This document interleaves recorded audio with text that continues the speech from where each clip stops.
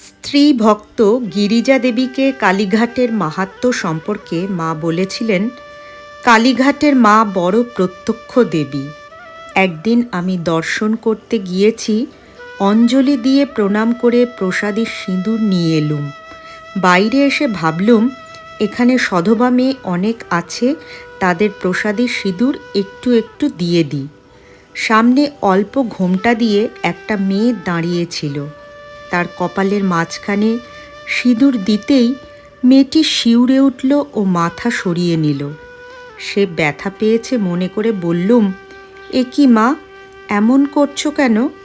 কপালে লেগেছে? মেয়েটি খানিক চুপ করে থেকে আমার দিকে বড় বড় চোখ করে চাইলে। তখন দেখতে পেলুম তার কপালে আরেকটি চোখ, তাতে সিঁদুর লেগেছে। আহা, মা কি দেখালে! এই বলতে বলতে আমার চোখ বুজে এলো। তারপরেই চেয়ে আর মেয়েটিকে দেখতে পেলুম না। নমস্কার।